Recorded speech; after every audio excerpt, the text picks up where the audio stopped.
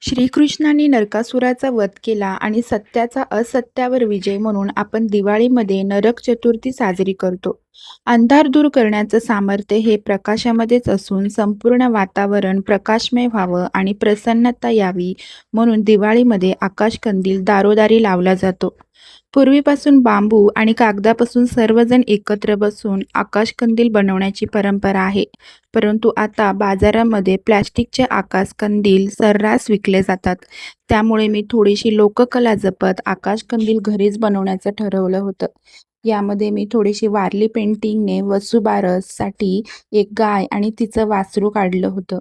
आणि दुसऱ्या साईडला दिवाळी पाडवा किंवा भाऊबीजेला औक्षण करणारी स्त्री दाखवली असून तिसऱ्या साईडला फटाक्याच्या ऐवजी मी तारफा हे वाद्य दाखवलेलं असून चौथ्या साईडला पर्यावरणपूरक दिवाळी व्हावी म्हणून एक छोटंसं झाडही दाखवलं आहे.